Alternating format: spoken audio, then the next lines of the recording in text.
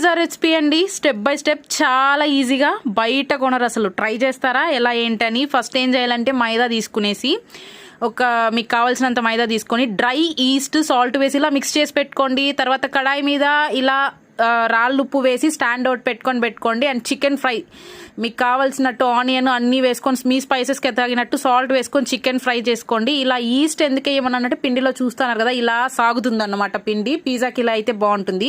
ఒక ప్లేట్ తీసుకొని కింద కొంచెం పొడి పిండి చల్లి పైన పిజ్జాకి కావాల్సినంత పిండి తీసుకొని ఇలా పరిచేసి దాంతో ఫోక్తో కొంచెం బాగా ఇది హోల్స్ పెట్టండి. ఎందుకంటే అప్పుడు ఆవిరి కొంచెం లోపలికి వెళ్తుంది అనమాట. కింద కొంచెం పిజ్జా సాస్ వేసి మీరు చేసుకున్న చికెన్ పైన వేసి మీకు కావాల్సిన పిజ్జా మసాలా ఆర్ లైక్ ఉంటుంది కదా పెరి పెరి మసాలాస్ అవన్నీ వేసి చీజ్ మీకు ఎంత కావాలంటే అంత చీజ్.